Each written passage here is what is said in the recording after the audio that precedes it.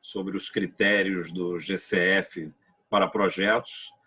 E como hoje é o último dia, eu gostaria muito que a secretária executiva da BDE, Cristiane Vitorino, pudesse dar uma palavra para a gente. Cris, por favor.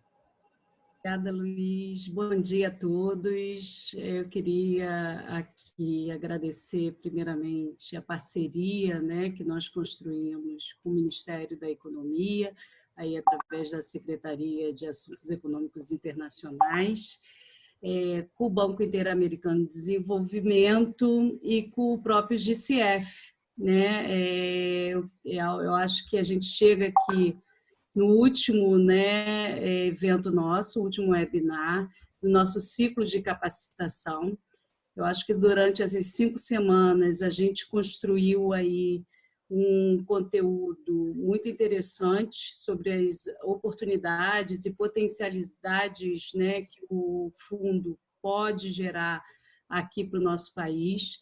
E eu acho que para o nosso sistema isso é extremamente importante, a gente ter conhecido mais profundamente, vamos conhecer ainda hoje, no último webinar, ainda vamos aprender um pouco mais, mas eu acho que é super importante a gente conhecer como é que o sistema também pode ajudar a potencializar esses projetos aqui no nosso país. Então, mais uma vez, agradeço a todos os palestrantes que nos deram a honra de participar desse ciclo de capacitação e também aos participantes aí do nosso sistema que estão absorvendo todo esse conhecimento. Muito obrigada a todos vocês e um bom debate hoje. Cris, obrigado. E vou passar a palavra agora para a Raquel, que conduz as nossas atividades, apresentando e moderando a fala de cada um dos nossos apresentadores, dos nossos palestrantes. Então, Raquel, por favor. Obrigada, Luísa, obrigada, Cristiane. Em nome do Ministério da Economia e da Autoridade Nacional designada para o Fundo Verde do Clima, que é a Secretaria de Assuntos Econômicos Internacionais, nós damos a boa-vinda e agradecemos a presença de todos. Como vocês sabem, essa série de eventos ela tem como objetivo apresentar o Fundo Verde do Clima como uma oportunidade de financiamento de ações no Brasil para mitigação e para adaptação às mudanças climáticas. Nós tratamos desde o primeiro webinar, apresentando como é que ele foi criado, quais são os recursos disponíveis, quais são os instrumentos que o fundo tem disponíveis para os executores. Apresentamos a Autoridade Nacional designada, qual é o seu papel, como é que ela vem trabalhando no Brasil, o programa País do Brasil para o Fundo Verde do Clima, as entidades acreditadas também, quais são suas funções, e tivemos oportunidade de escutar tanto uma entidade internacional, como é a Agência Francesa de Desenvolvimento, como uma nacional, que foi o BNDES. E hoje nós tivemos um representante do fundo explicando toda a tramitação de um projeto, desde a sua idealização, a sua originação, como vocês chamam, até a sua execução, avaliação. E hoje nós vamos ter, então, apresentações que são muito importantes, que complementam esse conjunto, que é sobre os critérios que o GCF aplica para a aprovação, para consideração e aprovação de projetos. Eles são critérios bastante diferenciados e por isso que é importante entendê-los em profundidade, e foi por esse motivo que nós achamos bem interessante ter um webinar dedicado a isso. E, para tanto, nós convidamos um representante, nós temos hoje Eduardo Freitas, que é gerente regional do fundo, que está aqui conosco diretamente da Coreia, para apresentar um pouco sobre os critérios do GCF. E, em seguida, teremos o FIDA também falando, porque a nossa ideia sempre foi abordar, de uma certa maneira, primeiro a parte teórica das regras, e depois como é que nós traduzimos isso operacionalmente por meio de uma experiência concreta, Então, por favor, eu passo a palavra ao Eduardo. Eduardo, está com você. Obrigado, Raquel, Cristiane, Luiz. Boa noite daqui da Coreia para todos os colegas. Bom dia aí no Brasil para vocês. É um prazer estar aqui com vocês de novo. Obrigado por esse convite. E vamos lá, esse assunto é um assunto realmente que gera muita discussão, muita pergunta, e eu sei que eu estou continuando uma conversa que já começou no webinar, se não me engano, o quarto, não foi? Com meu colega Keith.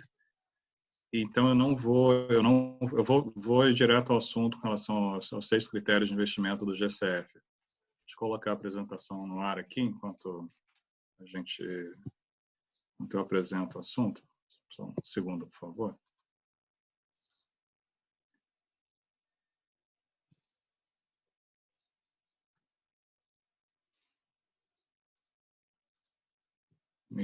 Achei. Vamos lá. Eu espero que vocês consigam ver já o slide. Se alguém puder só me dar um... Sim, dá para ver sim. Uhum. Ok, obrigado. Então, ver se vocês consigam ver aqui. Deixa eu voltar um slide só. Eu acho que a minha intenção aqui foi ampliar um pouco a conversa que meu colega Keith teve com vocês no webinar anterior.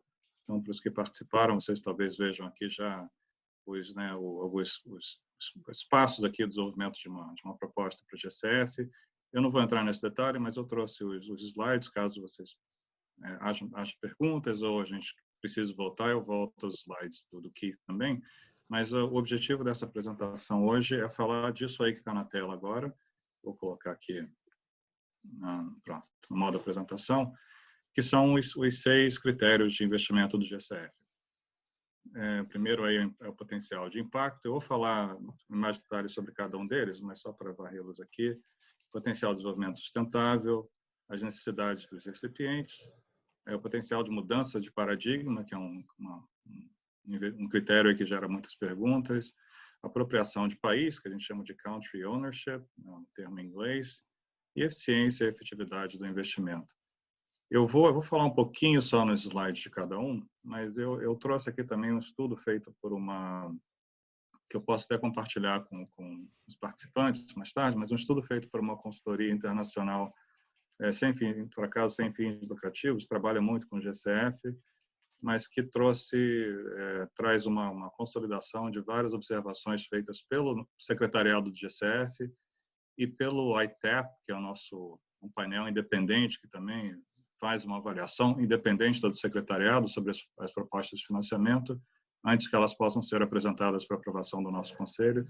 Então, eles fizeram uma consolidação bastante interessante do que o secretariado e esse painel independente têm considerado nas propostas anteriores como pontos relevantes que eles gostam de ver em cada uma das propostas com relação a cada um desses 6 critérios. Então, além dos slides, eu vou estar lendo e falando um pouquinho para vocês sobre esses pontos principais que eles observaram e também fico, claro, a dispor caso haja interesse para compartilhar o link. Esse estudo, essa consolidação está na internet também disponível. Mas vamos lá, então. Começar cada slide aqui vai ter dois critérios, tá? O primeiro é o que a gente chama de potencial de impacto. Talvez seja um dos simples dessa lista toda, mais simples de entender, principalmente quando a gente fala de impacto no campo de mitigação. Aqui a gente está olhando quais são as reduções esperadas nas emissões de gases de efeito estufa com a intervenção feita pela proposta, pelo projeto com o GCF. Simples, em toneladas de CO2 equivalente, esse cálculo tem que ser apresentado, a gente busca entender quais são as metodologias, a gente pede às entidades acreditadas que defendam bem o cálculo que elas fizeram, a abordagem que elas tomaram. Existem diferentes metodologias para diferentes setores, mas a gente usa muito aí metodologias ligadas à ONU, metodologias do Mecanismo de Desenvolvimento Limpo e por aí vai, como referência, né? E no lado de adaptação, é um pouco mais difícil de calcular isso, mas a gente quer que a entidade proponente do projeto nos apresente qual que é o impacto que eles esperam ver em termos de preservação de vidas, em preservação de ativos físicos, preservação de meios de sustento. Desculpa o slide, todo o nosso material está em inglês, mas eu estou traduzindo aqui para vocês o que está aí na tela, tá? E impactos sociais e ambientais, né? Ou a diferença que o projeto faz para reduzir impactos socioambientais ligados à mudança do clima. Sempre, claro, ligado à mudança do clima, eu acho que meus colegas já devem ter falado sobre isso com vocês, vocês conhecem o GCF de webinars anteriores, eu não vou enfatizar esse ponto muito. Segundo critério aqui é o potencial de desenvolvimento sustentável. E a gente está olhando para os co-benefícios, né? Não só mudanças do clima, mas quais são os benefícios positivos e no que as nossas decisões do Conselho dizem, né, ou traduzem como em pelo menos 2 dessas 4 áreas aí: econômica, social, ambiental e apropriação de gênero. Né? Gênero aqui a gente fala muitas vezes também de grupos desfavorecidos, não necessariamente mulheres, em algumas sociedades podem ser também homens. Então, mas enfim, igualdade de gênero e apropriação de gênero. E, é claro, a gente busca ver aí os SDGs, né, os Objetivos para o Desenvolvimento Sustentável da ONU, também como uma referência muito forte para demonstrar quais são os co-benefícios gerados pelo projeto do GCF. Terceiro, e aqui eu vou começar a falar um pouquinho mais sobre o que esse estudo que eu comentei, essa consultoria independente, sem fins lucrativos, que faz um trabalho legal, trabalha com GCF também em outras áreas, mas como é que eles consolidaram como experiência, dados os projetos anteriores, as respostas que nós demos e que o painel independente dá. Então, primeiro aqui é a necessidade do recipiente, né? das comunidades que vão receber os benefícios do projeto. Então, aqui a gente está olhando a gente busca que o projeto apresente uma descrição clara de quais são as necessidades realmente, ou barreiras que tenham que ser sobrepostas, barreiras financeiras, econômicas, sociais, institucionais, para que o país ou as populações envolvidas com o projeto possam ter acesso às finanças, aos recursos financeiros, e a gente busca entender quais são através das intervenções propostas pelos projetos, como é que elas se propõem a eliminar essas barreiras, né, ou atender essas necessidades.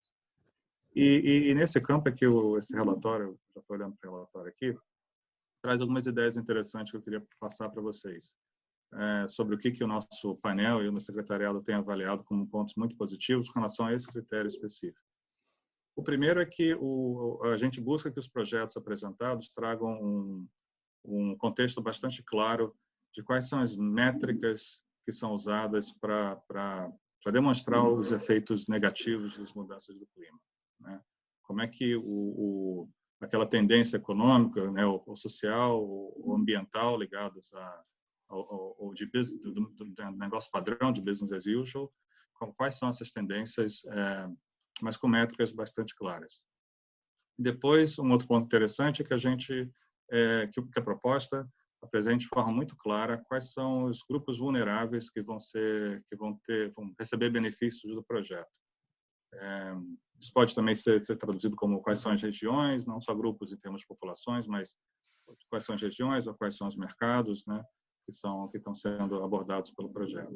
Terceiro ponto interessante também é que haja uma identificação bastante clara da exposição a perdas potenciais ligadas a impactos do clima e como eu estava dizendo, como é que as intervenções de projeto vão aumentar a habilidade daquela comunidade, da população, do mercado, se prepararem não só para os riscos trazidos pela mudança do clima, mas também para aproveitar oportunidades que podem ser, principalmente no campo de mitigação, podem ser observadas nesse campo de mudanças climáticas. Terceiro ponto, estou falando quarto, aliás, é que a gente gosta que projetos falem sobre essas barreiras. Eu mencionei barreiras financeiras, barreiras econômicas, mas também barreiras estruturais, barreiras técnicas para acesso a recursos financeiros, tanto nacionais como regionais, como internacionais, públicos e privados. Então, esse é um ponto interessante também, que a gente, no projeto, consiga entender todas essas barreiras de forma bastante compreensiva. Penúltimo ponto aqui é que o projeto demonstre a necessidade do investimento do GCF. A gente pode falar de alguns exemplos mais para frente, mas é sempre interessante a gente ver que o GCF é um ator necessário para tirar o projeto do papel. Hoje mesmo eu estava lendo um projeto que está sendo apresentado aqui para a gente, em que a gente via o GCF como um parceiro para aumentar um pouco o escopo geográfico no projeto, que já pode ser realizado sem o GCF. E esse tipo de abordagem é possível, sim, o projeto não foi recusado até aqui, mas gera muitas perguntas. A gente entende que os 10 bilhões de dólares que o GCF tem devam ser utilizados pelos países onde o GCF é a única opção, a opção mais importante para aumentar, para trazer mais ambição e para escalar o escopo do projeto, e não como um ator que vai entrar ali para aumentar o projeto em sua escala geográfica de 10%. Pode ser feito também, mas, de novo, aqui a gente gosta de ver que essa necessidade do apoio do GCF para atender o beneficiário é clara. E, finalmente, aqui, esse é um ponto em que eu vou tocar para vários desses critérios de investimento. É interessante ver também que os critérios de investimento permitem que você trabalhe, talvez com a mesma ação, você aborde diferentes critérios de investimento, que é o reforço de capacidades institucionais e de capacidade de implementação, de ação das comunidades, dos mercados que são beneficiados pelos projetos. Então, essas são as necessidades recipientes. O próximo, que é aqui que eu vou passar bom, enfim, eu não sei, talvez haja mais perguntas sobre ele, que é o potencial de mudança de paradigma. A pergunta que eu recebo desde que eu me juntei ao GCF há, sei lá, 5 anos, e eu me lembro no primeiro ano, uma pessoa me perguntando de propósito o que era mudança de paradigma, de propósito, porque era um membro do conselho e ele sabia que a resposta estava sendo muito discutida no conselho, mas é uma resposta difícil. E mudança de paradigma, eu gosto de dizer que depende muito do contexto, né? Então, o que é mudança de paradigma no Brasil é diferente do que é mudança de paradigma no Malawi, é diferente do que é mudança de paradigma na Coreia do Sul, né? Mas, basicamente, isso aqui está escrito aqui na tela, é que a gente quer ver como é que o projeto proposto pode catalisar impacto que vá além do escopo do projeto em si, né? A gente tenta ver o nosso investimento como um investimento que não vai ser um investimento isolado, que não vai repercutir mais para frente, né? E a gente gosta de ver aí uma teoria que a gente chama de Theory of Change, né? Agora me desculpa, me fugiu o termo em português para isso, mas a teoria da mudança, eu acho que é a tradução que a gente usa também, para que mostre como é que, primeiro, o projeto está trazendo impacto, né? Essa teoria da transformação, da mudança, mas também que mostre que o projeto pode ser replicado, né, em outras regiões, outras comunidades, outros mercados, com a experiência que o projeto vai trazer, ou com a demonstração, né, de viabilidade que o projeto vai trazer para o mercado, ou que ele possa ser escalado, né, tendo seu escopo aumentado, né, ele possa trazer não uma outra região replicado, mas realmente fazer investimentos maiores aí. E aqui o que a experiência tem mostrado é que a gente busca projetos que articulem as intervenções, que vão ser feitas de uma maneira programática. Mas aí programática eu quero dizer que busquem olhar de forma completa para os setores abordados ou para a economia envolvida, detalhando como é que essas propostas podem catalisar esse impacto que eu mencionava aqui agora há pouco, né? Que não seja um investimento único. A gente busca também ver uma visão de mudança de paradigma que seja acompanhada de uma metodologia bastante forte, clara, convincente, né? De planejamento, de participação, de avaliação do investimento que está sendo feito. A gente, claro, busca também potencial de aplicação, isso envolve também exportação de elementos estruturais para outros setores, para outros projetos, para outras regiões, e eventualmente para outros países. Quando a gente fala também de escalar esse projeto, a gente também pensa em outros mercados e outros países, eventualmente para outras regiões. E a gente pensa de novo aqui, eu falava de capacidade institucional no critério anterior, aqui a gente está buscando um ambiente que seja mais conduzido, né, que conduza a mais negócios. Então, a gente também quer ver esse tipo de intervenção, quando possível, sendo feita pelo projeto. Como é que o projeto pode trazer um ambiente de negócio, um ambiente regulatório, um ambiente político, que crie incentivos para a participação de outras empresas, outros grupos, de novo, talvez replicar, aumentar a escala do investimento inicial, através de redução de custos, através de redução de riscos, através de eliminação de barreiras contextuais. Então, tudo isso, de novo, é muito específico ao contexto. No Brasil, Malawi e Coreia do Sul, completamente diferentes. O que seria defensível, talvez, como mudança de paradigma no Malawi, seria um negócio trivial no Brasil. Né? Então, isso, para o contexto, é muito importante. O próximo aqui é apropriação de país. Eu acho que esse aqui é talvez um critério que gera, em geral, menos discussão, mas é muito importante para a gente. E aqui a gente busca entender que o projeto está bastante alinhado com as contribuições nacionais designadas, com planos diretores, com estratégias e planos de ação ligados à mudança do clima, com planos de estratégias de desenvolvimento nacionais, com todas as estratégias relevantes, né, de alto nível, e eventualmente a gente vai falando de um projeto setorial, estratégias setoriais também. Claro, ambientes regulatórios, quadros regulatórios, institucionais e políticos, né, relevantes. Então, a pergunta aqui é como é que a gente quer entender como é que as atividades propostas se alinham e ajudam o país a atingir os objetivos dessas estratégias, desses planos. Né? E um outro ponto importante, que é o segundo bullet aí, é que a gente quer ver que o projeto foi desenvolvido com a participação das comunidades beneficiadas ou com as comunidades impactadas. Então, todos os atores que são relevantes para o contexto daquele projeto, claro, a autoridade nacional é obrigatória, ela tem que participar, mas também todos os outros atores têm que ter sido consultados no desenvolvimento do projeto, claro, manifestado suas opiniões. A gente quer ver como é que isso conduziu à elaboração do projeto no formato em que ele está. Um outro ponto que não está mencionado aí, nesses bullets principais, é que a gente também quer entender qual a capacidade, dentro desse campo de apropriação de país, é que a gente quer entender que as instituições proponentes do projeto, não só a entidade acreditada, mas também os seus parceiros para o projeto, né, que a gente chama de entidades executoras, na maioria dos casos, que elas têm experiência relevante técnica, experiência técnica, também experiência na implementação de projetos similares nesses mercados, nesses contextos ou com essas tecnologias. Isso também é um ponto importante para a apropriação de país. E, finalmente, o que a gente chama de eficiência e efetividade, e aqui a gente está falando para mitigação. Vocês vão ver que 4 desses bullets aí falam de mitigação e só um fala de mitigação e adaptação. Mas para mitigação a gente vai olhar para fatores como o custo por tonelada reduzida.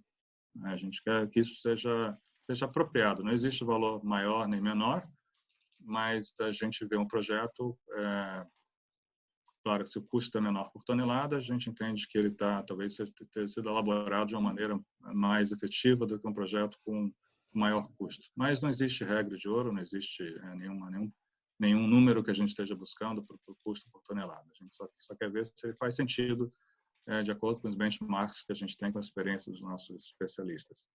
A gente também, desde que seja possível e apropriado, quer ver se existe cofinanciamento. Né? Essa é uma tecla muito batida, eu já recebi essa pergunta muitas vezes, se o cofinanciamento é obrigatório, a resposta clara é não, não é obrigatório. Entretanto, o GCF entende, na sua negociação com as entidades acreditadas, que em muitos casos isso é possível, e isso demonstra comprometimento também da instituição proponente, eventualmente do país. E a gente quer ver, quando isso for possível, de novo, para maximizar o impacto daqueles 10 bilhões, que eu chamo de parcos, né, num contexto em que a gente precisa com diferentes estudos aí dão diferentes números, mas todos indicam que a necessidade de investimento é absurdamente maior do que 10 bilhões. Então, essa discussão é muito comum com as entidades acreditadas. Qual a possibilidade de cofinanciamento? E, se houver, a gente entende que, se a gente entender que é possível, a gente entende que é mais eficiente, mais eficaz trabalhar com essa possibilidade. A gente olha também para, claro, o IRR, né, a taxa de retorno interno, dependendo de, enfim, outros indicadores econômicos, dependendo das necessidades da estrutura do projeto. E a gente também usa, aí a gente vai para a adaptação, como é que o projeto se apoia ou se compara com as melhores práticas setoriais, contextuais, né, nacionais. Aqui, voltando para terminar, aquele resumão que essa consultoria fez sobre os comentários que o GCF tem dado para as propostas, a gente olha também a estrutura financeira do projeto, e a gente está falando de qual valor está sendo financiado, qual tipo de instrumento financeiro, que é um ponto importante também, né? Muitas vezes a gente vê projetos que estão pedindo subvenções do GCF e geram um fluxo de caixa bastante óbvio, e a gente trabalha com a ideia de que a gente pode...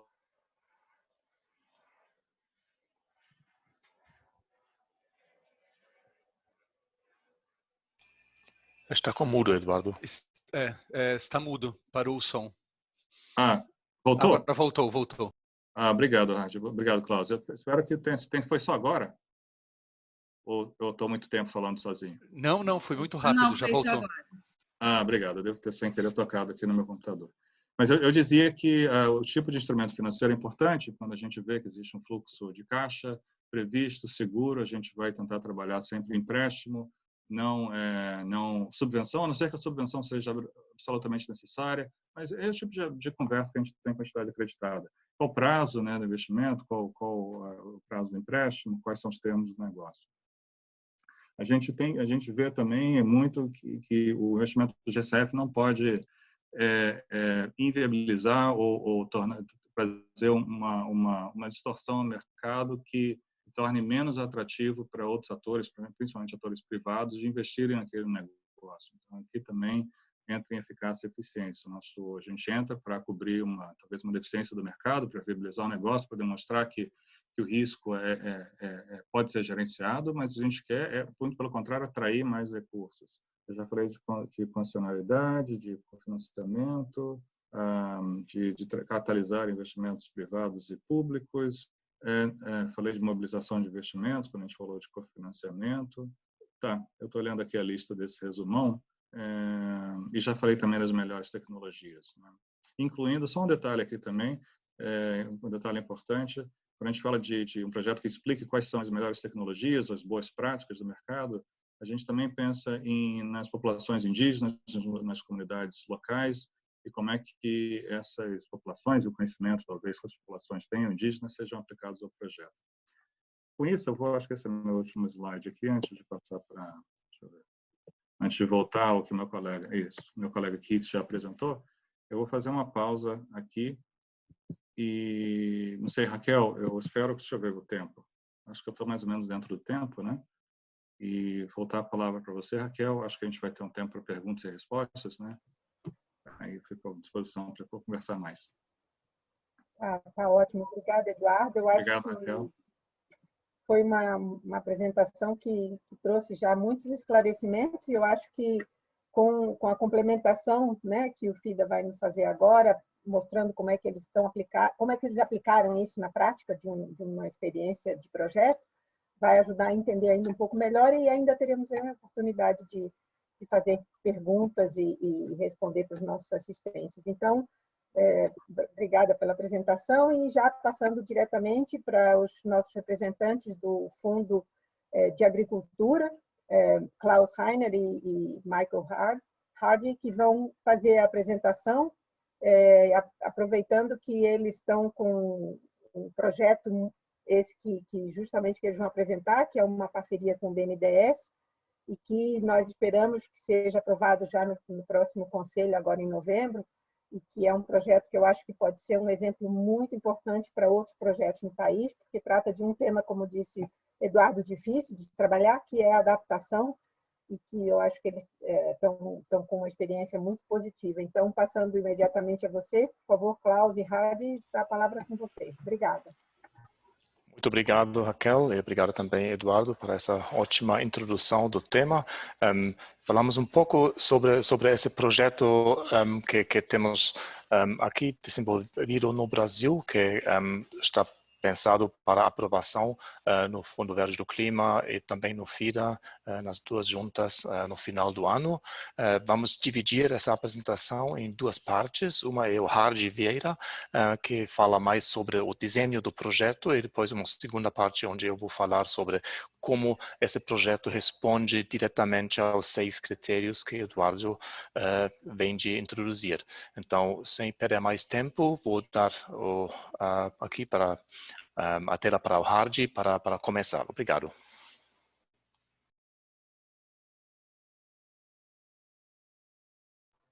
Tá sem som, Hardy.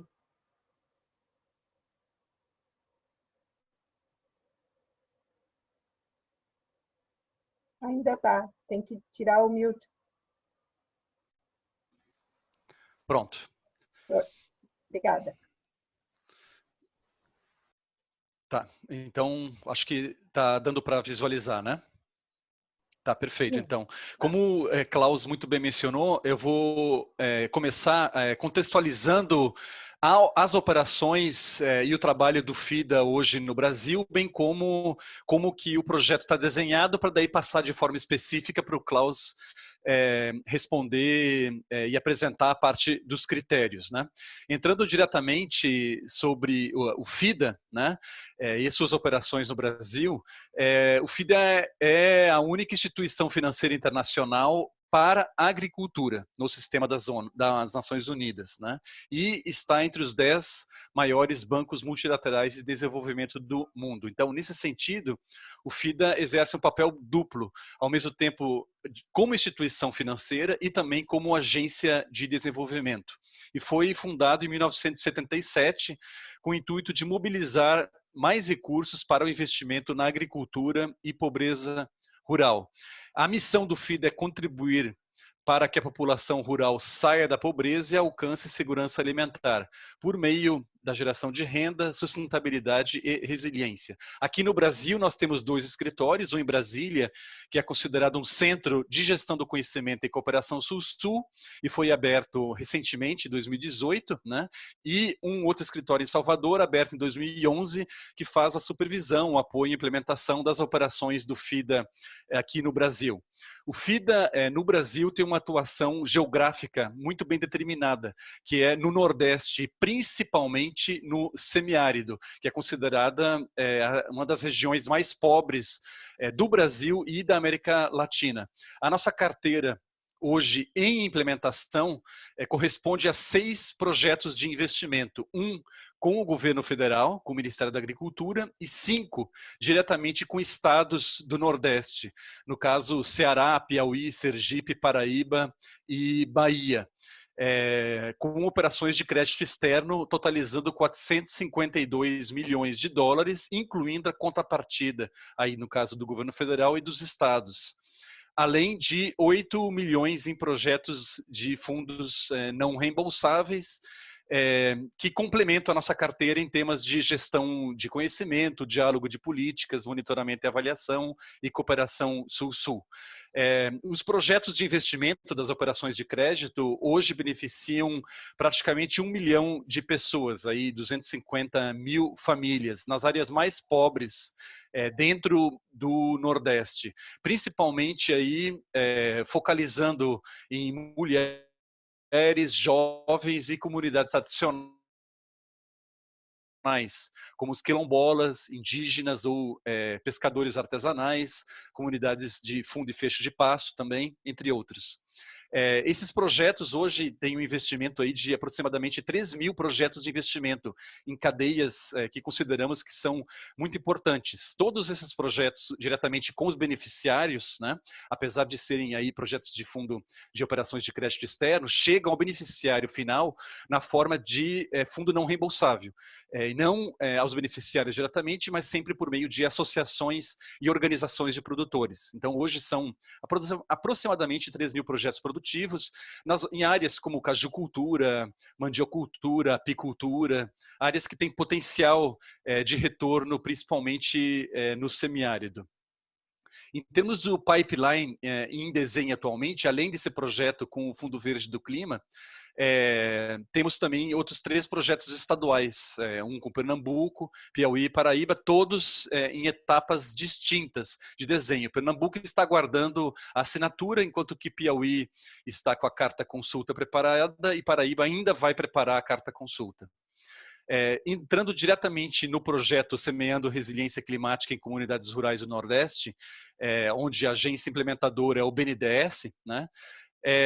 Ele está dividido em 3 componentes principais, né, que visam aí fazer uma mudança de paradigma do sistema produtivo rural, que aumente tanto a resiliência climática quanto à geração de renda na agricultura familiar e serviços ecossistêmicos. Um primeiro componente que é de sistemas produtivos resilientes a mudanças climáticas, né? E esse componente inclui, por exemplo, beneficiar 31 mil famílias em roçados, 36 mil famílias em quintais produtivos, né? E no componente 2 de acesso à água, visa principalmente aí a captação e armazenamento de água.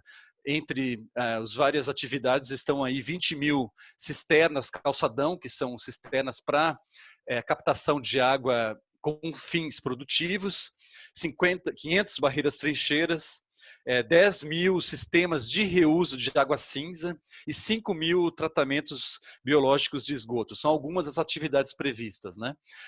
Além disso, tem também um componente específico de gestão de conhecimento, porque o projeto ele vai ser executado pelo BNDES e vai escolher entre 2 a 4 estados no Nordeste, onde haverá, por meio do BNDES, acordos, subprojetos, no caso, né, subacordos de financiamento com esses 2 a 4 estados. Esse componente 3, ele visa aí a gerar um escalamento e a disseminação do conhecimento do que está sendo implementado pelo componente 1 e 2, para que todos os estados do Nordeste possam estar sendo beneficiados e possa aí você incluir também principalmente grupos como jovens, mulheres e outras atividades também previstas como empreendedorismo rural.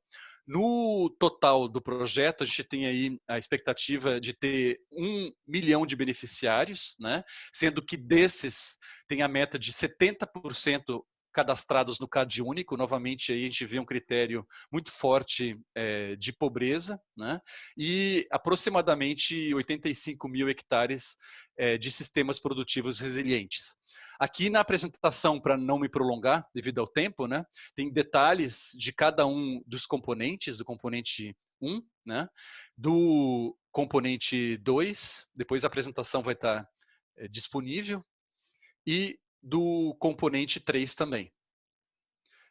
Os custos, de forma bem sumarizada, né, tem um total indicativo aí de 217 milhões de dólares, né, sendo que desse total, 34,5 milhões aí de doação de fundo não reembolsável do GCF, 65 milhões de empréstimo do GCF, 30 milhões de empréstimo do FIDA, 73 milhões de contrapartida de financiamento do BNDES e dos estados, né, que vão ser aí, escolhidos pelo BNDES com apoio do FIDA por meio de uma carta consulta logo após o projeto ser aprovado, né? Ele está previsto para entrar na junta executiva do FIDA em dezembro, logo após a junta executiva do GCF prevista para novembro. Além de também algo que o FIDA considera muito importante, que é a contabilização da contrapartida dos beneficiários finais, que é aproximadamente 10% dos investimentos que vão ser feitos diretamente com eles, né? Que aí é aproximadamente 15,3 milhões e daí de maneira não financeira, de maneira não monetária. Então a gente vê aí uma conjunção de vários cofinanciamentos para se chegar ao valor total de 217 milhões. Também queria ressaltar que todo o projeto, os beneficiários, e apesar do financiamento estar composto de operação de empréstimo aos beneficiários finais, sempre por meio de associações e organizações de produtores, os recursos chegarão de maneira não reembolsável, exatamente por ter aí um critério de pobreza muito forte. Então aqui a minha parte eu termino, né, e passo agora para a Klaus continuar de forma específica com os critérios. Muito obrigado. Perfeito, muito obrigado, Hardy. Eu vou continuar diretamente. Temos os mesmos 6 critérios que o Eduardo já apresentou. Somente temos uma ordem um pouco diferente. Não sei como isso passou, mas o nosso gráfico dos critérios é essa. E basicamente temos um pouco outra ordem. Então, mas vou também começar com o potencial de impacto. O próximo, por favor. onde o projeto, com a estratégia dele, corresponde à produção agroflorestal diversificada para aumentar a retenção de água, aumentando a resiliência climática e mitigando emissões. Com esse potencial, temos diferentes elementos que foram quantificados, tanto para adaptação como para mitigação. Na adaptação, temos praticamente 1 milhão de pessoas que irão se beneficiar da adaptação de sistemas produtivos resilientes ao clima, e dentro dessa 1 milhão de pessoas, que são praticamente 250 mil famílias, vão ter 40% de mulheres e 50% de jovens. Então, muito forte também para a focalização desse impacto para grupos específicos, que especialmente esse grupo de mulheres é muito importante para o GCF. Também temos 53.600 famílias com segurança alimentar, que vai aumentar. Isso vai ser especialmente importante durante o período de estiagem. E também 28.800 famílias com acesso à água para a produção, principalmente através das cisternas que o Haji mencionou. Ademais, 75 mil famílias em condições de vulnerabilidade que terão acesso a ferramentas, estratégias e atividades para responder à mudança e variabilidade climática. Isso, claro, que a base do projeto é o que o GCF está procurando muito fortemente, e ademais 26.800 famílias com aumento de produção e renda. Isso é para a parte de adaptação e para a parte de mitigação. O projeto vai melhorar em 84.000 hectares de território a gestão para a resiliência climática, reduzindo emissões de CO2 e praticamente aumentando o conteúdo de carbono no solo e também nas plantas, e dessa maneira ter também um sequestro de carbono e também um balanço negativo de carbono entre, basicamente, mais ou menos um pouco mais de 11 milhões de toneladas de CO2 equivalente em um período de 20 anos, que é o período que foi considerado para isso. O projeto tem um período de execução de 8 anos, mas esse período é considerado com 20 anos, porque, claro, que os efeitos positivos de impacto e também de outros deveriam continuar depois do período de execução. Como segundo tema, temos a mudança de paradigma, que é muito importante para esse efeito depois do projeto. Temos uma transformação na sociedade e também no ponto de vista que as pessoas têm para o sistema produtivo, uma mudança de uma monocultura para uma produção diversificada, menos dependente de água. Essa transformação vemos como muito importante para que as pessoas vão ser melhores cuidadores dos recursos naturais e também que vão construir, pouco a pouco, sistemas mais produtivos e também com mais carbono que está sequestrado e armazenado dentro do sistema. Tem diferentes elementos dessa mudança de paradigma. Uma é a inovação, o potencial de escala, que são diferentes temas que o GCF está olhando nessa avaliação. Basicamente, o projeto não é necessariamente uma intervenção nova, então a inovação não é muito forte, mas tem muito alto potencial para escalamento e aceleração de processos em curso, porque a agroflorestaria e também essas intervenções de água já existem no Nordeste, mas é muito importante de fortalecer isso, e com a agroflorestaria tem muito também muita aprendizagem que fazer. Esse potencial de aprendizagem vemos como muito alto, não somente no componente 3, que é o componente de aprendizagem e monitoreio e avaliação, mas também nas intervenções mesmas e também entre os produtores, através de redes de agricultores e jovens comunicadores, através de cooperação sul-sul, involucrando outros atores em outras partes, outros estados e também outros países, e uma sistematização e disponibilização do conhecimento. Outro critério, ou subcritério aqui, é a contribuição para um ambiente habilitador, enabling environment.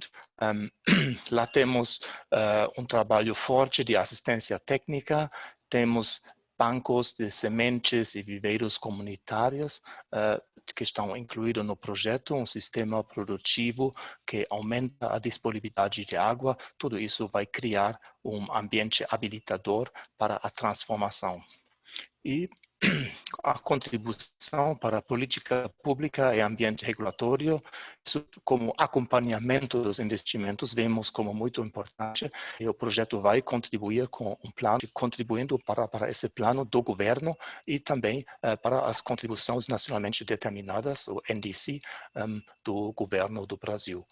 Ademais, a agrofloresta para a agricultura familiar vai ajudar a cumprir com a reserva legal e dessa forma também apoiar a execução da lei florestal e também o cadastro ambiental rural para beneficiários de assistência técnica. E também vai ter grupos estaduais para discutir o mercado para cotas dessa reserva legal. Então, isso vai ser uma inovação muito importante para apoiar uma inovação forte para poder criar outra renda e outros interesses para os pequenos agricultores que estão criando mais reserva legal aceitada e também que podem usar isso para equilibrar um déficit de reserva legal em outras partes. E, ultimamente, a contribuição geral para caminhos de desenvolvimento resilientes e relevantes para a adaptação climática, a gestão mais eficiente de recursos hídricos e muito importante nesse sentido, a reestruturação da cobertura vegetal, produzindo sinergias valiosas para o sequestro de carbono e aumento de produtividade agrícola e gestão da terra, proporcionando independência para os agricultores familiares e impacto positivo na subsistência dos beneficiários. Depois vamos para o potencial de desenvolvimento sustentável. Isso é diretamente ligado com a missão do FIDA de reduzir a pobreza rural, aumentar a segurança nutricional e a autossuficiência.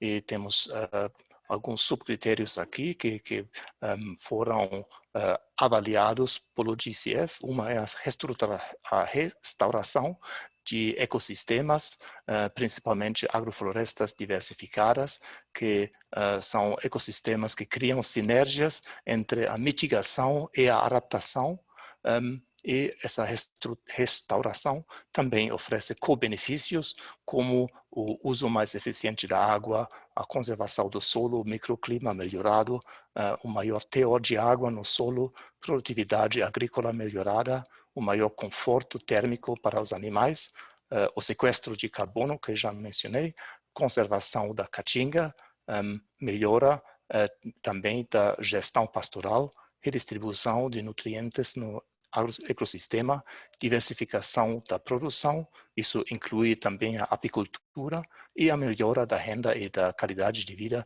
dos agricultores e suas famílias.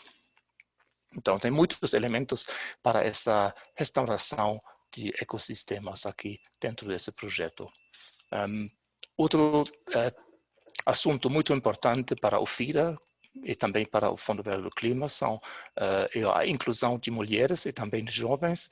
E aqui nesse projeto a participação no processo decisório de mulheres e jovens é muito forte. Para os jovens, tem os jovens comunicadores, e para as mulheres tem muitas atividades de aumentar a participação deles e também metas.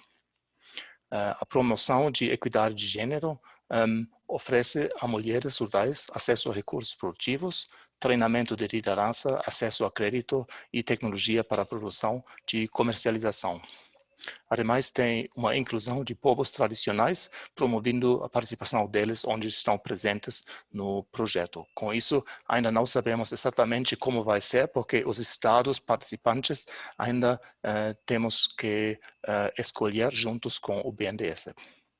E, ultimamente, as metas, que também tem metas para a considerações de gênero em todos os treinamentos, contratação de 40% da ATER feminina e também 40% dos beneficiários que devem ser mulheres, como já expliquei. O quarto critério, a necessidade de beneficiários, é importante em diferentes assuntos, a vulnerabilidade do país, e grupos excluídos. O país tem um risco considerado médio pelo Fundo Verde do Clima. O semiárido é claramente uma das regiões mais vulneráveis da América do Sul, podendo virar árida até 2050. E aqui no Brasil, com uma área de 200 mil quilômetros quadrados, altamente suscetíveis à desertificação. E, como o Hadi já explicou, temos também muitas outras atividades trabalhando para aumentar a resiliência do semiárido na América Latina e também aqui, especialmente no Brasil. E os beneficiários são os mais vulneráveis dentro dessa região, com o foco em mulheres e comunidades tradicionais. O desenvolvimento econômico e social do país e a população afetada. Aí temos uma população com muita desigualdade. Ademais, temos uma crise econômica, que é claro que agora, com o Covid-19, ainda está aumentada. Um nível de pobreza muito alto no semiárido, isso também é a razão pela presença do FIDA nessa região. A vulnerabilidade nutricional e alimentar, que está muito alta nessa região, e depois a seca de 2011 a 2016, que afetou fortemente a agricultura familiar. A ausência de alternativas de financiamento são muito grandes, tem obstáculos para alternativas de financiamento, como o alto nível de endividamento público e desequilíbrio fiscal nos níveis nacionais e estaduais. Isso vemos com a dificuldade que o FIDA encontra atualmente para dar financiamento diretamente aos estados. O baixo investimento em crédito local, o risco percebido muito alto para prover crédito para grupos vulneráveis dentro da região, o alto custo de transação desse financiamento, e dessa maneira o projeto é uma mistura entre um empréstimo, principalmente para temas de água, e doação, principalmente para temas de agroflorestaria. E, ultimamente, a necessidade de fortalecimento institucional e capacidade de implementação. Aqui, os subcritérios considerados são a criação de capacidades importantes para entidades de assistência técnica e escolas rurais, que são todos considerados dentro do projeto e deveriam continuar com essa capacidade aumentada depois do projeto, e também a cooperação Sul-Sul para aumentar capacidades também fora do país. O quinto critério, a apropriação do país, country ownership. Aqui temos diferentes elementos em que o projeto vai contribuir às estratégias nacionais do Brasil. Primeiramente, a estratégia nacional para o Fundo Verde do Clima, as contribuições nacionalmente determinadas, já mencionei, os 5 setores do Plano de Adaptação Climática, também o aporte para o Programa de Agricultura de Baixo Carbono, ABC, que vemos como muito importante. Vemos muito potencial na agricultura familiar também de apoiar a execução desse programa.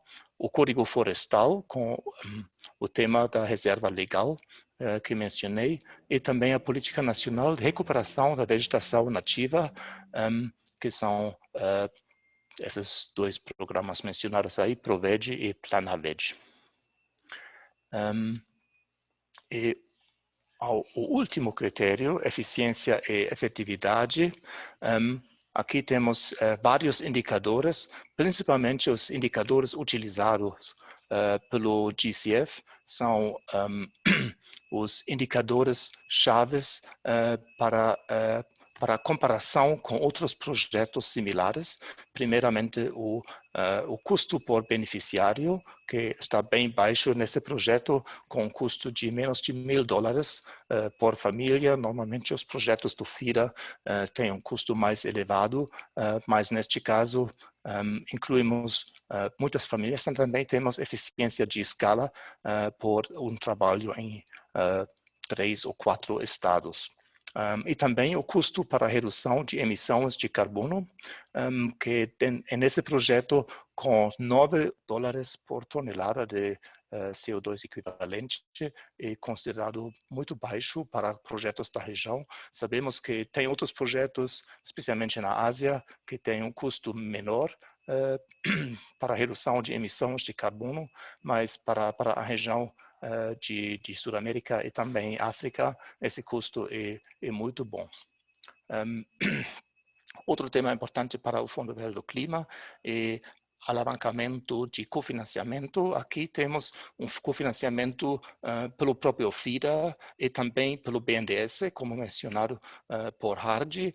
A relação é 1 a 1,04. Então, quase um pouco mais que o financiamento pedido pelo Fundo Verde do Clima.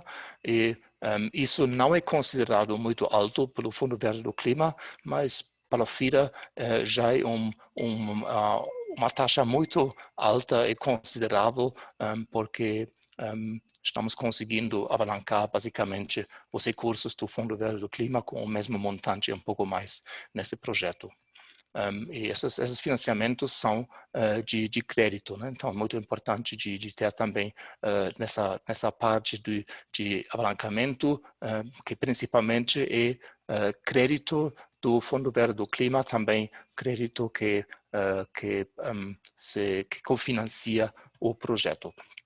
E depois tem outros critérios que são muito importantes para o FIDA, mas menos importante para o Fundo Verde do Clima, análise econômica e financeira.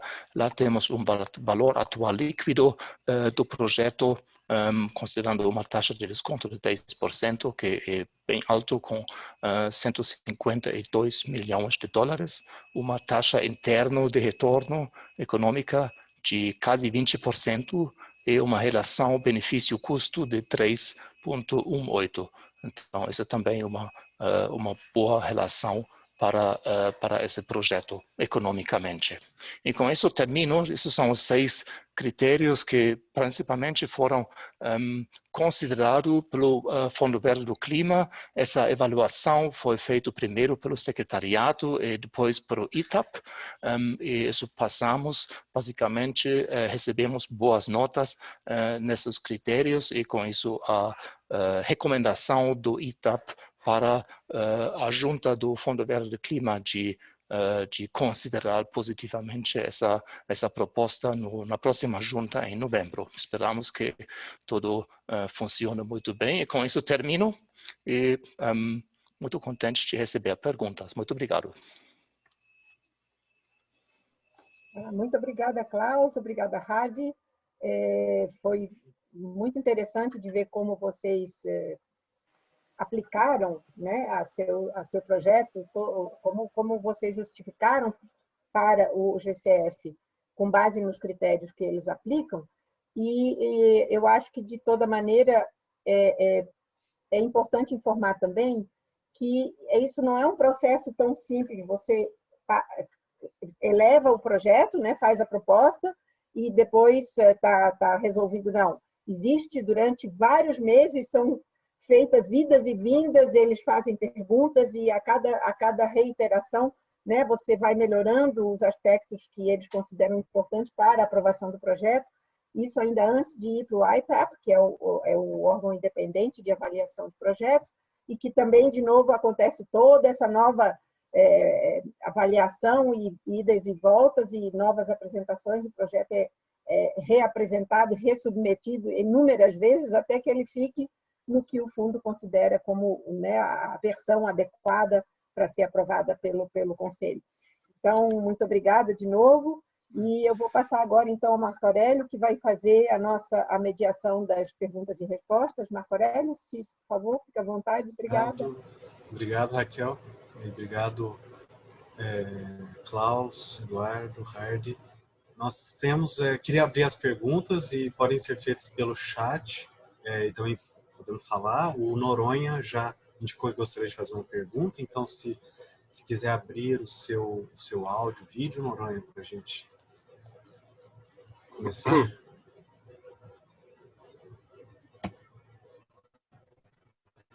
Ok, eu estava poupando vocês do meu vídeo, mas vamos lá.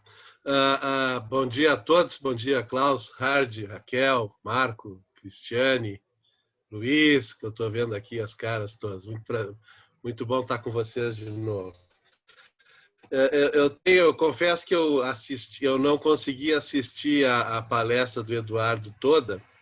Na verdade, eu estou mentindo um pouco, eu não assisti quase nada, porque eu estava numa outra reunião bastante importante também do BRDE, então não consegui juntar as duas coisas.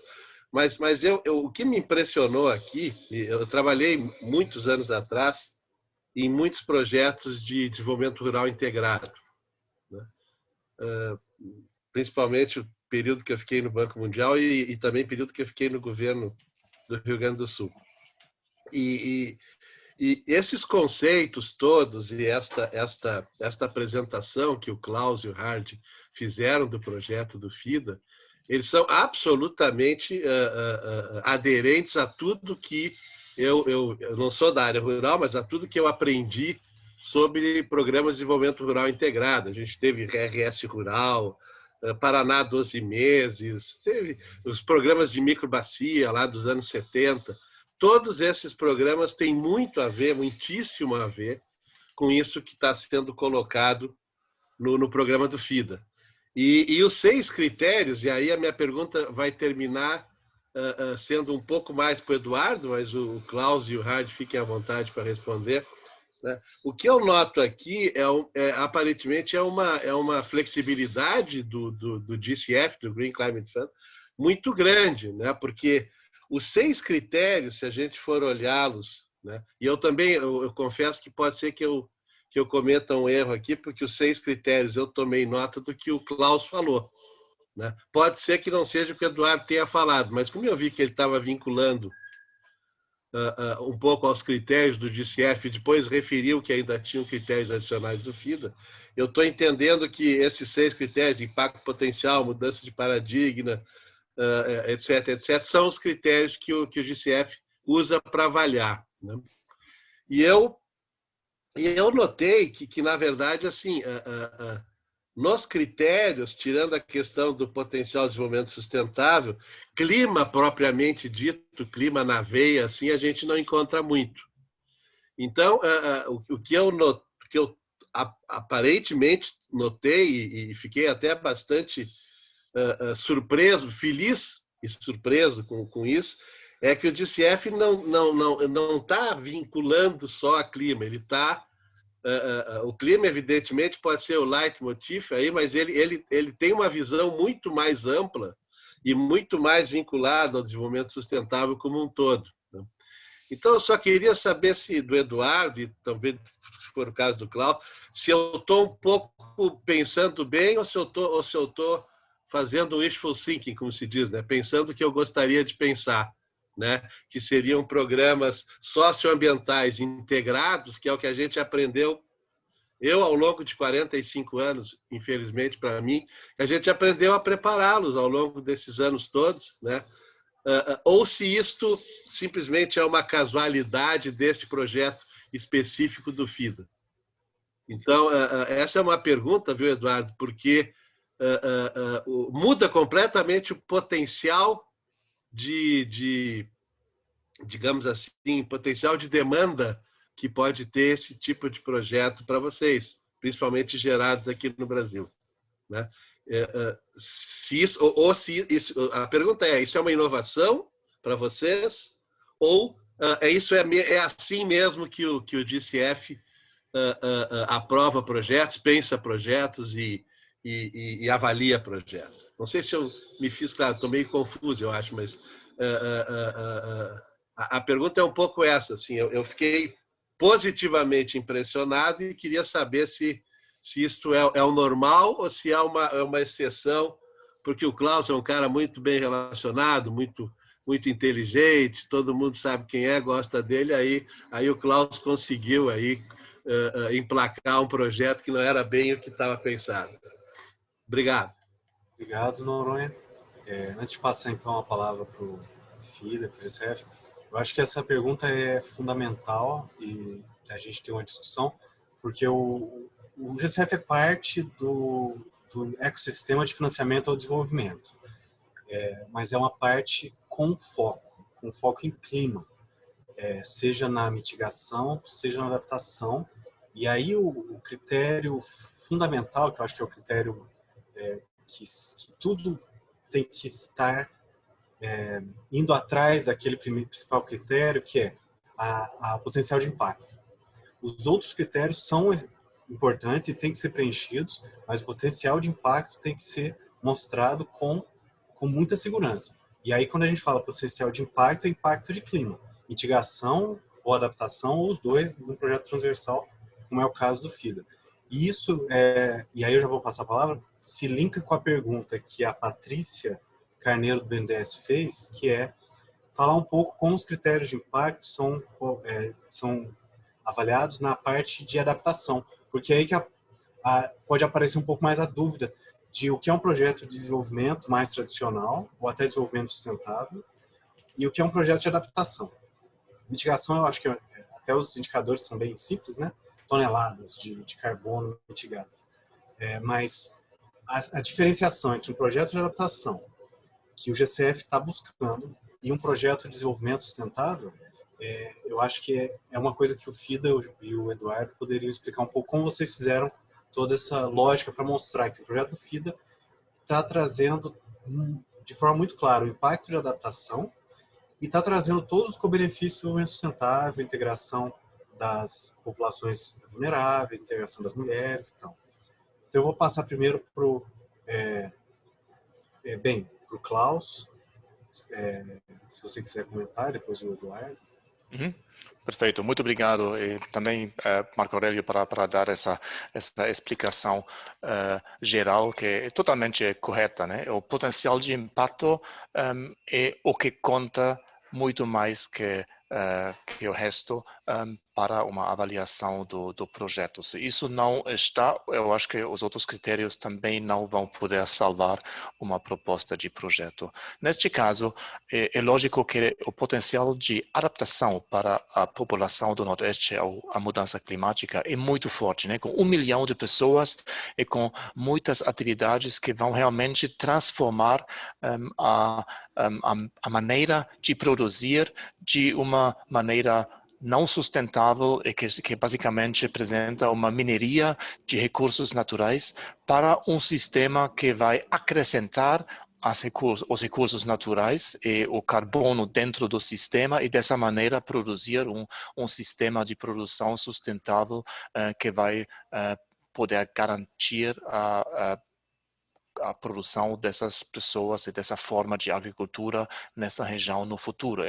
Ao mesmo tempo, considerando que o projeto é principalmente um projeto de adaptação, o impacto de mitigação é também muito grande. Essa capacidade de absorção de carbono dentro do sistema da agricultura familiar é altíssima, e principalmente no solo, que vai aumentar pouco a pouco a porcentagem de carbono capturada dentro do solo, que tem muitas vantagens para a produção, mas claro que também isso é mitigação.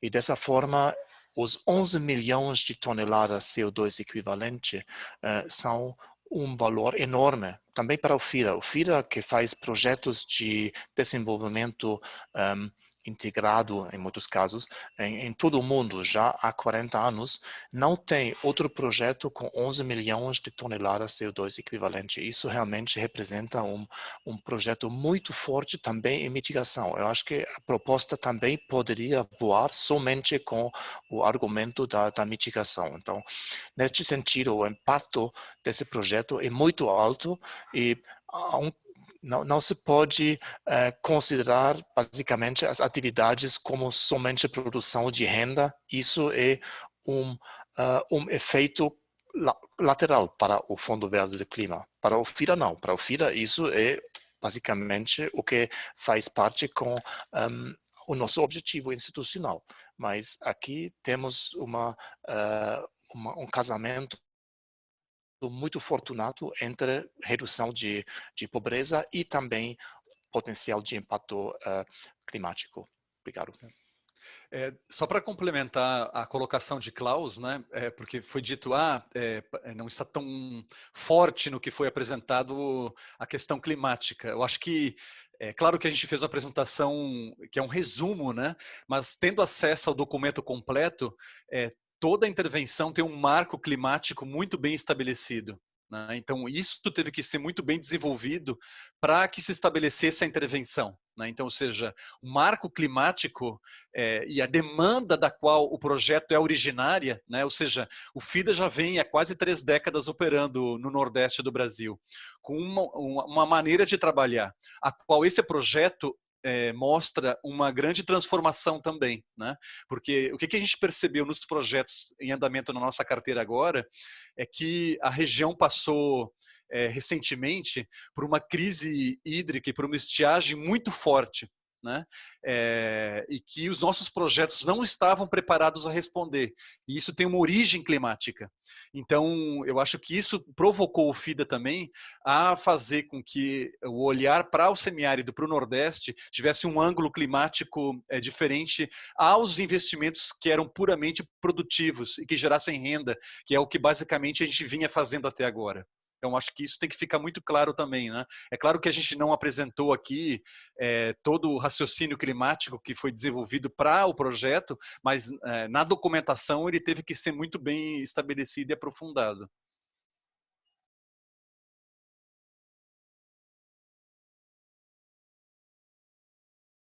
Está mudo, Marco Aurélio. Desculpe. Eduardo, você poderia comentar então um pouco como que o GCF, secretariado, vê essa questão? Obrigado, Marco. E respondendo primeiramente ao Luiz, acho que o Marco, o Klaus e o Hardy tornaram a minha vida muito fácil, porque eles já responderam agora. É isso, né? Eu não sei o que eu acrescentaria, mas a primeira coisa que a gente vai olhar é o clima, é o contexto climático. Né? Se ele não estiver ali, e eu posso dar um exemplo, 2 ou 3 semanas atrás eu estava discutindo com um país um investimento que eles queriam fazer para gestão de resíduos sólidos, e eles estavam pensando em queimar metano, mas pelo tamanho da população, a cidade não era tão grande assim. Os nossos especialistas estavam dizendo que a constituição dos resíduos urbanos, resíduos sólidos, enfim, resíduos urbanos, não geraria metano suficiente. Isso geraria um impacto mínimo do ponto de vista de contribuição para a mitigação.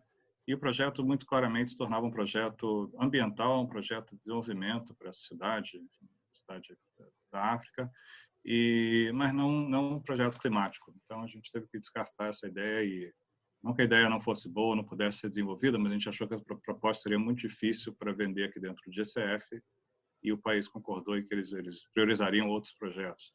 Mas, enfim, um exemplo simples, mas a gente vai buscar esse clima. E depois do clima, todos os outros, claro, investimentos são importantes. Todos os outros critérios são importantes. Com relação à pergunta da Patrícia,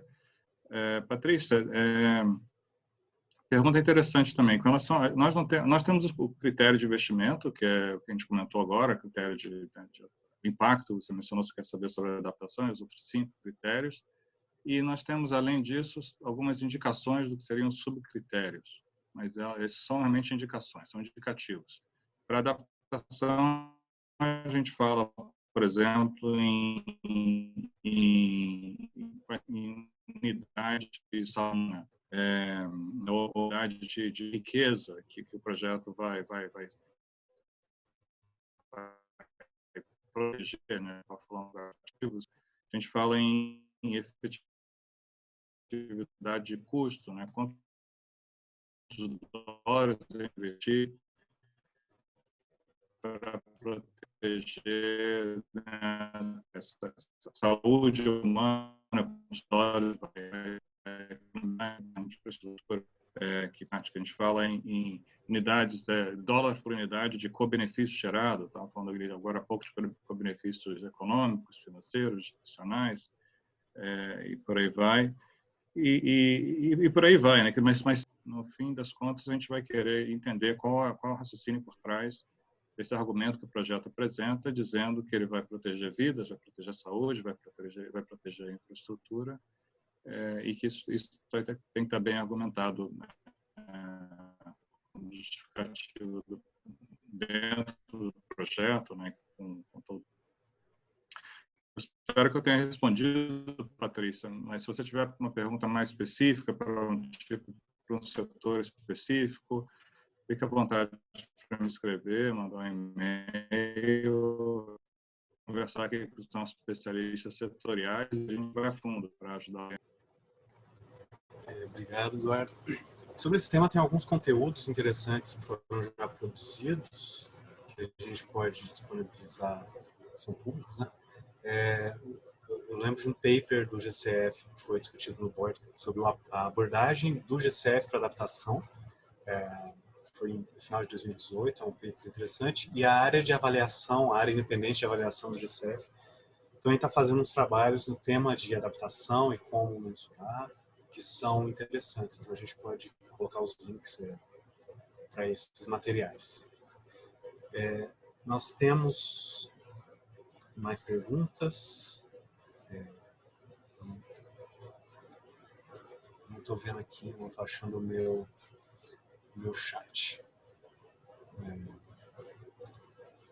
Patrícia também fez uma outra pergunta agora. Sim, achei o chat. A Patrícia falou, no caso de um projeto de drenagem, como abordar a adaptação? Drenagem, acho macro-drenagem urbana. Acho que é um tipo de projeto que a gente já viu passando pela projetos no Brasil, né, em termos de financiamento para o Banco Mundial, para o BID, para o MDB. Eu não sei se nós temos... vocês têm alguma visão no tema de drenagem, macro-drenagem urbana? Eduardo, se algo desse tipo já foi visto no GCF? Desculpa, só complementando aqui, Patrícia. Desculpa não abrir aqui a câmera. A minha dúvida é, no caso de um projeto de drenagem urbana, né, mas isso, claro, num contexto de um programa maior, né, que envolva municípios, concessionárias, envolva outros setores, né, resíduos urbanos, iluminação pública, mas no caso específico de adaptação que num projeto, num programa voltado para municípios, eu vejo muito adaptação aqui no Brasil também com esse projeto de drenagem urbana. Como o GCF espera que a gente justifique, né, junto com outros projetos que são mais voltados para mitigação, que eu entendo que é um pouco mais fácil de demonstrar o benefício climático, como num projeto de adaptação, como por exemplo a drenagem urbana, a gente conseguiria demonstrar esses critérios de impacto voltado para adaptação.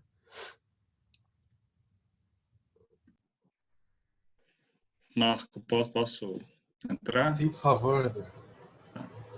Patrícia, obrigado. Eu não sei, vou ser sincero de cara, eu não sou especialista na área, mas se você me permite um palpite, e mantenha a proposta, né? Se você me permitir, escreva para mim ou pro não sei quem vocês conversam, deve ser com o Orville, meu colega Orville, fique à vontade para escrever para a gente vai eu vou pesquisar isso com os colegas e respondo com mais profundidade.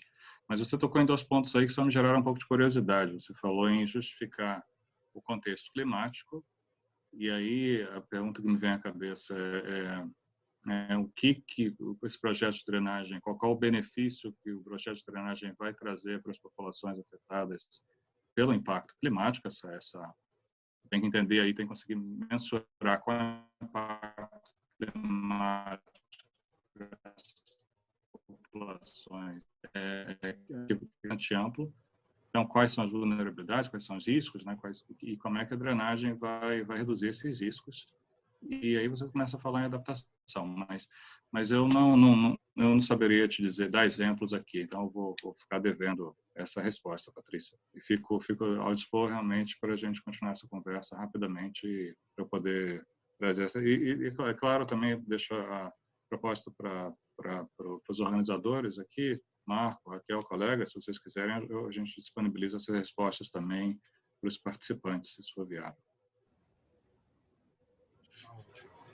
Sobre o tema de drenagem, eu vejo uma ligação também com um assunto que está na estratégia país no Brasil, na área de adaptação no meio urbano e melhorar o planejamento urbano, considerando a questão da adaptação, que é algo que ainda precisa evoluir mais no Brasil. E também a gente tratou um pouco na nossa estratégia como que outros temas podem ser inseridos nisso, como adaptação baseada em ecossistemas. Então, é um tema interessante, pensando de uma forma mais ampla e como isso é realmente adaptação e não drenagem por si só. Mas eu acho que a Patrícia explicou bem que a ideia não é uma obra de infraestrutura só. É como que a gente faz uma visão de melhoria da adaptação no ambiente urbano. Temos aqui uma pergunta do Fábio, acho que é a pergunta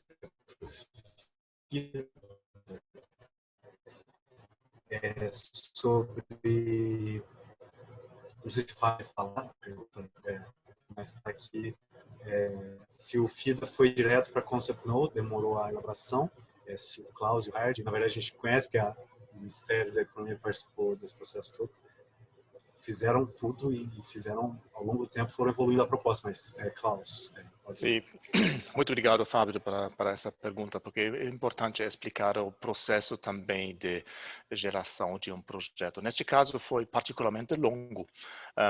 Eu agora fico um pouco mais de 2 anos no Brasil e esse projeto começou bem antes já.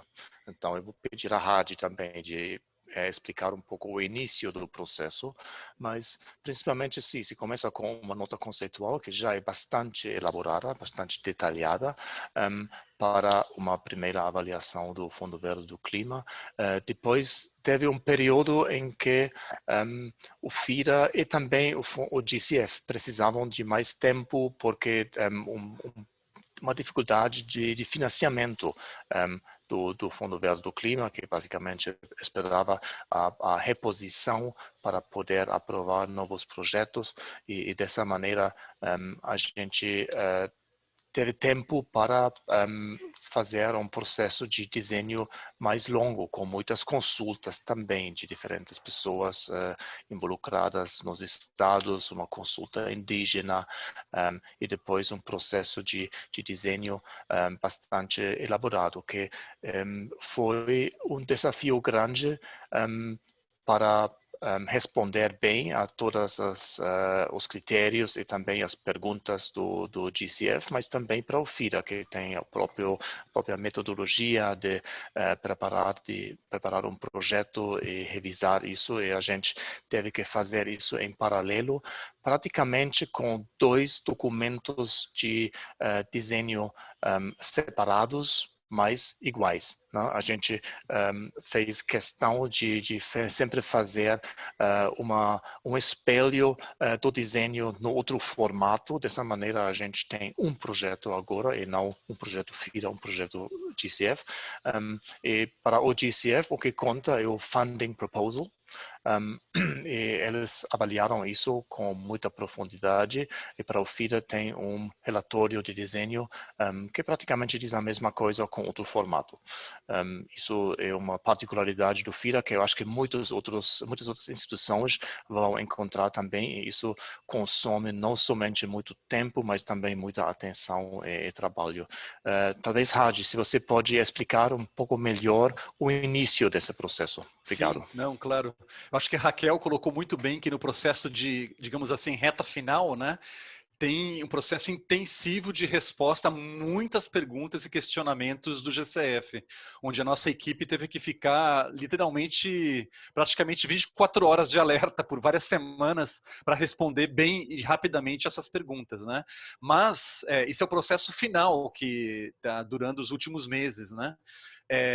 Muito antes disso, o processo não é simples, é complexo, ainda mais pela proposta que envolve o BNDES, envolve o FIDA, né, envolve múltiplos documentos. Esse projeto, a nossa conversa começou exatamente com a equipe do Marco Aurélio, né, com a AND no Brasil, em 2017, né, porque, claro, tinha que ser também uma prioridade para o Brasil, né? Tinha que ter um alinhamento interno, e é um processo que, como envolve uma operação de crédito externa, envolve uma carta consulta, aprovação da COFIEX, né? Então existem muitos passos. Então, como eu disse, em 2017 nós fizemos o primeiro diálogo com a AND, primeira conversa também envolvendo o CAIM, e desde então várias consultas com parceiros do governo federal, né? Naquela época, inclusive, todo esse componente 2 de relacionado a acesso à água foi feito em consulta com o atual Ministério da Cidadania, antigo Ministério do Desenvolvimento Social, né? Envolveu aí o Ministério da Agricultura, Meio Ambiente, Ciência e Tecnologia, né? Desenvolvimento Regional, Itamaraty, né? E tudo isso aí levou o BNDES a preparar a carta consulta, né, enviar para aprovação da COFIEX. Além disso, como mencionado pelo Klaus, houve uma consulta indígena específica com comunidades indígenas, né, a qual inclusive o GCF pediu para ser aprofundada depois do início do projeto, porque os estados, né, ainda não estão definidos. Então nós fizemos consulta com alguns grupos indígenas. E isso, claro, é facilitado também porque o FIDA já tem uma carteira de projetos que trabalha com várias comunidades indígenas aqui no Brasil, no Nordeste, né? Mas foi feita uma consulta indígena específica. Além disso, foi feita também, na preparação do Funding Proposal, uma consulta pública, onde participaram 110 representantes da sociedade civil e organização de produtores. A gente fez isso em Recife, né? Isso também foi muito importante, discutir com o público geral a proposta do projeto.